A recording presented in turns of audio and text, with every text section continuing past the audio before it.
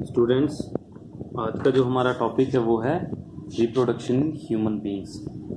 अभी तक हमने रिप्रोडक्शन ये पढ़ा कि रिप्रोडक्शन अलग अलग किस्म की जो ए सेक्शुअल रिप्रोडक्शन है वो कौन सी होती है, सेक्शुअल रिप्रोडक्शन कौन सी होती है। हमने ये पहले पढ़ा सेक्शुअल रिप्रोडक्शन प्लांट्स में कैसी होती है। अभी हम रिप्रोडक्शन पढ़ेंगे इंसानों में, ह्यूमन बीइंग्स में सेक्शुअल रिप्रोडक्शन जो है वो किस तरह से होती है, क्या प्रोसेस होता है।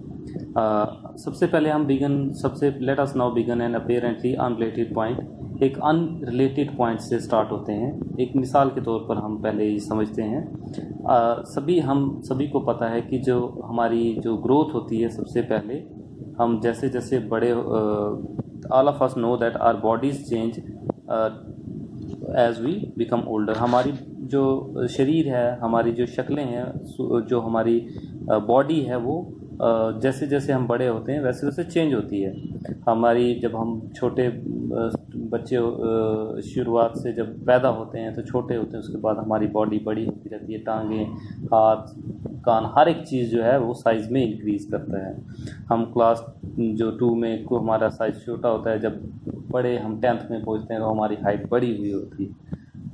इस तरीके से हम क्या करते हैं, हमारे दांत भी आते हैं, हमारे दांत जाते भी हैं जब हम बड़े होते हैं, फिर गिरते हैं। तो इस तरीके से हमारे बॉडी में कई सारे चेंजेस होते हैं। लेकिन बहुत सारे ऐसे चेंजेस भी होते हैं जो हमारे जो थोड़े कम्प्लेक्स होते हैं। ठीक है, all of these changes can be grouped under general process of growth. ये ग्रोथ में आते हैं जितने भी। लेकिन एक और but in early teenage years, लेकिन जब हम टीन एज पे पहुंचते हैं, यानी जब हम 13, 14, 15 से ऊपर पहुंचते हैं, तो क्या होता है कि चाहे वो मेल हो फीमेल हो, एक न्यू सेट ऑफ चेंजेस हमारी बॉडी में होते हैं। हमारे शरीर में नए चेंज आने शुरू होते हैं, तब्दीलियां आती हैं। जैसे कि हमारी जो बॉडी है, जो उसकी वो इनलार्ज होती है, जो अपीयरेंस है बॉडी की वो अलग अलग होती है, प्रोपोर्शंस चेंज होते हैं, यानी हमारी टांगें बड़ी होती हैं, हमारी हाइट एकदम से बढ़ जाती है। और some of these changes are common. ये दोनों कुछ जो चेंजेस होते हैं ये मेल में, जो लड़की लड़के में बराबर के होते हैं। जैसे कि we begin to notice thick new parts जो होते हैं, उसमें जो बाल हैं वो ग्रो करने लगते हैं। ठीक है, तो उसके बाद सच एज आर्म पिट्स, जो हमारी बाजुएं हैं उसके नीचे जो आर्म पिट्स हैं उसमें, या जेनाइटल एरिया जो थाई के बीच में एरिया है, मेल में या फीमेल में बाल आने लगते हैं वहाँ पे, between the thighs which also become darker in colour. Thinner hair can also appear. हमारी टांगों पे हर जगह थोड़े थोड़े बाल आने शुरू होते हैं। Skin frequently becomes oily. हमारी जो स्किन है वो ऑयली हो जाती है। वी माइट बिगन टू, हमें पिंपल्स आने लगते हैं, जिसको बोलते हैं कि ये जवानी की निशानी के ऐसा बोलते हैं। We begin to be conscious and aware of both our bodies and those of other in new ways. हम जो है वो कई तरीके से हमारी बॉडी के लिए कॉन्शियस हो जाते हैं। There are also changes taking place in different जो इन लड़की और लड़के में अलग अलग चेंजेस होते हैं वो भी होते हैं। जैसे गर्ल्स में क्या होता है कि उनका जो ब्रेस्ट साइज़ है, ऊपर छाती का साइज़, वो इंक्रीज़ करने लगता है, बढ़ने लगता है। बॉयज़ बिगन, जो मेमोरी ग्लैंड्स हैं वो बड़े होने शुरू होते हैं।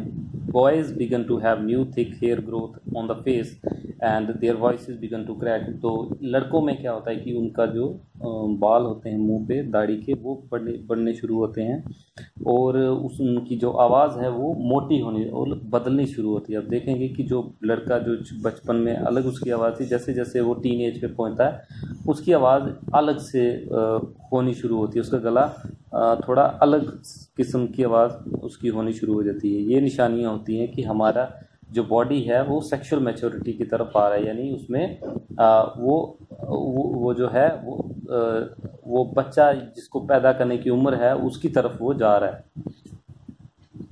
All of these changes takes place slowly over a period of months and. ये सारे चेंजेस स्लोली होते हैं, ये फास्टली नहीं होते। ऐसा नहीं होता कि एक दिन में, इसमें सालों लगते हैं। जैसे ये आस्ता आस्ता स्टार्ट होती है। जब पहले बाल दाढ़ी के आते हैं तो छोटे छोटे पतले होते हैं, कईयों में तो बिल्कुल ये ग्रोथ होती है। जैसे जैसे उम्र बढ़ती है बाल बढ़ने शुरू हो जाते हैं। इसी तरीके से बाकी जो ग्रोथ है, जैसे हमने कहा हाइट बढ़ती है, बाकी सारे वो जनरल होती है, वो एक आम प्रोसेस है। लेकिन वो हाइट जो है जब रुक भी जाती है तो ये जो हमारे अंदर चेंजेस हैं, चाहे वो ग्रोथ जो इंटरनल हमारे सेक्सुअल ऑर्गन्स हैं उनकी ग्रोथ हो, या फिर जो बाल दाढ़ी के हैं वो आने हो, ये सारे जो हैं जब हमारी बॉडी जो है, इवन हमारे हाइट जितनी हमें अटेन करनी होती है हम उतना कर भी लेते हैं, उसके बाद भी ये चेंजेस चलते रहते हैं हमारी बॉडी में।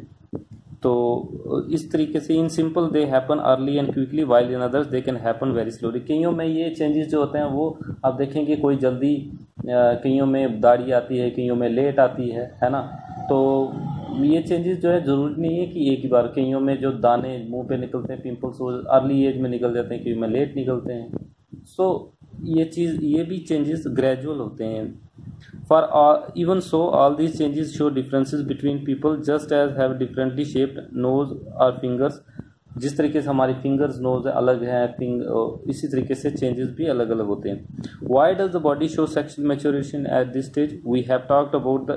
अब ये मैच्योरेशन होती क्यों? हमने बोला तो है कि मैच्योरेशन होती है, थाइज में बाल होते हैं, या सेक्सुअल रिप्रोडक्शन जो हमारे ऑर्गन्स होते हैं जिनकी वजह से रिप्रोडक्शन होती है, मेल में पीनस होता है, फीमेल में ओवरी होती है। ये ऐसा क्यों होता है कि ये मैच्योर होने शुरू होते हैं? फीमेल में जो है जो मेमोरी ग्लैंड्स हैं, जो ब्रेस्ट्स हैं, उनकी बढ़ती है ताकि वो जो आने वाला उनका जो बेबी होता है उसको वो उसको मिल्क फीड कर सकें, दूध पिला सकें। ये ऐसा क्यों होता है कि वो मैच्योरेशन ज़रूरी इसलिए होती है क्योंकि वो जो उनके रिप्रोडक्टिव पार्ट्स हैं उसमें वो जो सेल है, जर्म सेल जिसको बोलते हैं, सेक्स सेल्स जिनको बोलते हैं, मेल में वो स्पर्म है और फीमेल में वो ओवम है, उसको वो मेल जर्म सेल या फीमेल जर्म सेल है उसको प्रोड्यूस कर सकें और बच्चा पैदा कर सकें। We have seen that plants, हमने प्लांट्स में जैसे देखा था सेवल, इसी तरीके से ह्यूमंस जो हैं वो डेवलप करते हैं स्पेशल टिश्यूज। वो however while the body of the individual are growing to its adult size, the resources of the body are mainly directed at achieving this growth.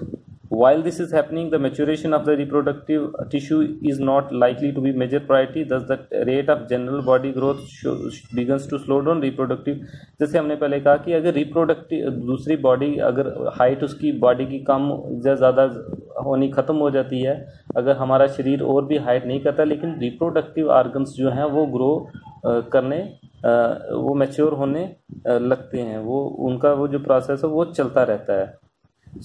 So how do all the changes that we have talked about linked to reproductive process? We must remember that sexual motility means that germ cells from two individual male और female में से germ जो cells होते हैं वो दोनों fuse करते हैं। ये एक्सटर्नल भी हो सकता है, यानी स्पर्म और ओवम जो है वो बाहर भी मीट कर सकता है। लेकिन इंसानों में क्या होता है कि जो स्पर्म है वो फीमेल के अंदर जो ओवरी होती है उसमें जो ओवम होता है उसके साथ फ्यूज़ करता है, और फिर जो है वहाँ पे जाइगोट बनता है, और वो उसके अंदर फीमेल के अंदर वो फर्टिलाइजेशन होती है, और वहाँ पे वो बच्चा फीमेल के अंदर जो है औरत के अंदर वो पलता है, और वो 9 महीने तक वहाँ पे चलता है। तो इस तरीके से